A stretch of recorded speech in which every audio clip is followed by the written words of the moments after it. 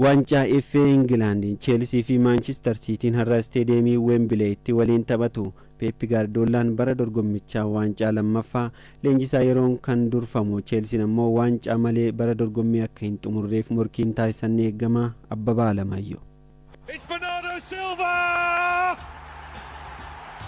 with a golden moment. Manchester City waggoota afurii folittaansee waancaa FA England xumuraaf gahuun kilaba jalqabaati. Ta'us waggoota lamaan darban Crystal Palace fi Manchester United mo'amuun waancicha dhabe. City yeroo xumuraatiif waancaa FA England shaampiyoonii kan ta'e bara 2023 masaanusaa yeroo hundaa Manchester United goolii 2-1 injifachuuni. Chelsea bara 2018 Manchester United injifatee erga shaampiyoonii ta'e booda waggoota 8 darbe dorgommichaan milkiirraa fagaateera.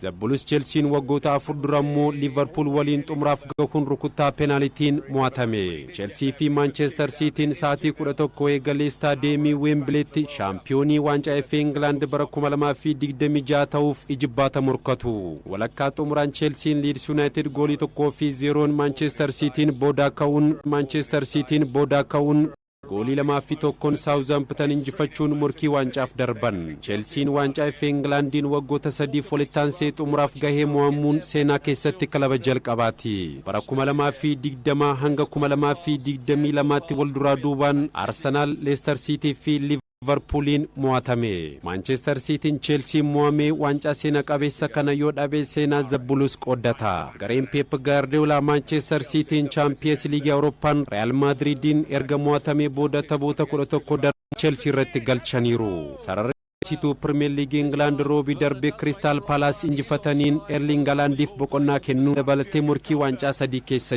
jira. Tapha waancaa kanaan Chelsea leenjisaa muuxannoon qabne leenjisaa garee dargaggoota Chelsea umurii 20 gadi Mark Farlanin durfama. Manchester City ammoo leenjisaa cimaa addunyaa kanaa fi waancawwan garaa 19 City waliin shaampiyoonii kan ta'e Pep Guardiolaadha. Sarara gidduura tolaantumaa fudhachuuf morkiin taphattoonni Chelsea fi Manchester City taasisan ni eegama.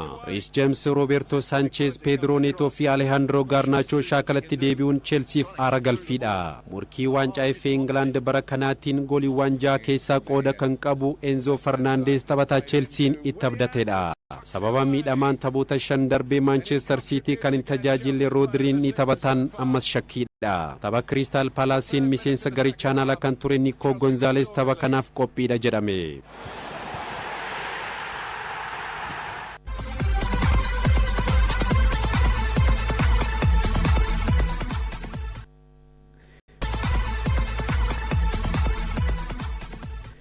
Bruno Fernandes taphataa cimaa Manchester United jedhamuun filatame. Dursaan taphattoota Manchester United kun taphataa cimaa kilabichaa jedhamuun baroota 3f walitti aansuun filatameera.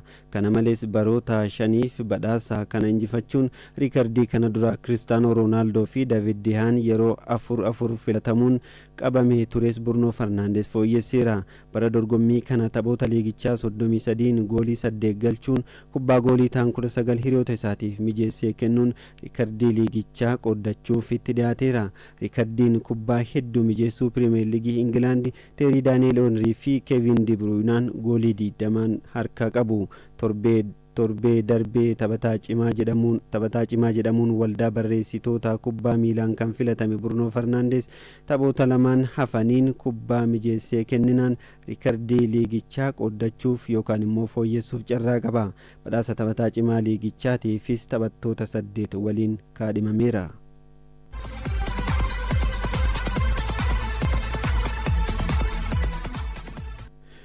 Taphataan Everton Seamus Coleman waggoota 17 booda kilabichaan gargar bahuuf beeksise. Taphataan sarara ittisaa kun waliigalteen Everton waliin qabu waxabajjii dhufuu xumuramu yoo ta'u kilabicha waliin gargar bahuuf murteesseera.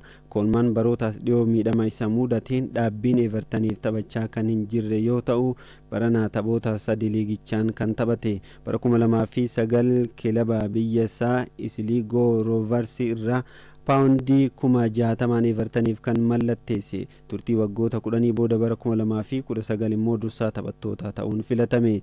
Lammiin Aayirlaand Seemas Koolman taphoota piriimiyer liigii Ingilaandii 372 taphachuun riikardii taphoota hedduu Evertoniif taphachuu qabateera. Turtii waggoota 17 keessatti goliiwwan 22 galchuun 24 immoo mijeessee kenne. Waliigalaan taphoota 433 goliiwwan 28 kilabichaaf galcheera. Everton taphataa waggoota dheeraaf isa tajaajilaa ture kana gadhiisuu caalaa garee leenjistootaatti akka dabalamu fedhii qaba jedhame.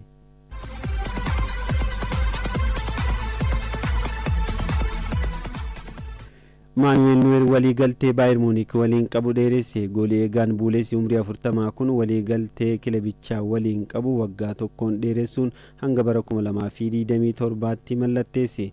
Akaadaamii Sheelkee keessaa kan guddate Maanuweel Nuwer bara 2011 eegaluun waggoota 15 darbaniif shaampiyoonii liigichaa Baayern Muunikiif taphachaa jira. Waggoota 15 darban keessatti taphoota 597 Baayern Muunikiif taphate.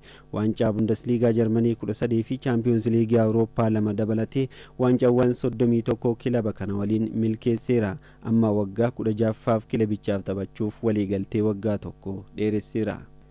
Dhaggeeffattoonni keenya hedduun nuuf barreessitanii jirtanii. Yoonaas Ayyaanaa jedhama. Aanaa Yaayyoo irraa Diqin jedhama. Godina Harargee Lixaa aanaa Bookee ganda Jaamburraa Liverpool Aston Villaan mo'amuun nama qaanessaa jedheetiin jira.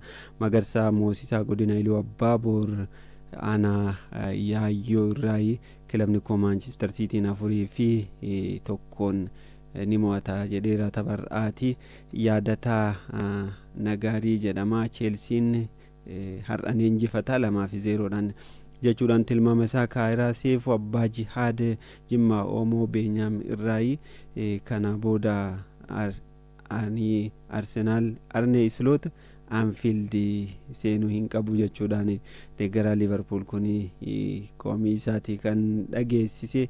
Dhaggeeffattoonni keenya hedduun nuuf barreessitaniiti jirtanii.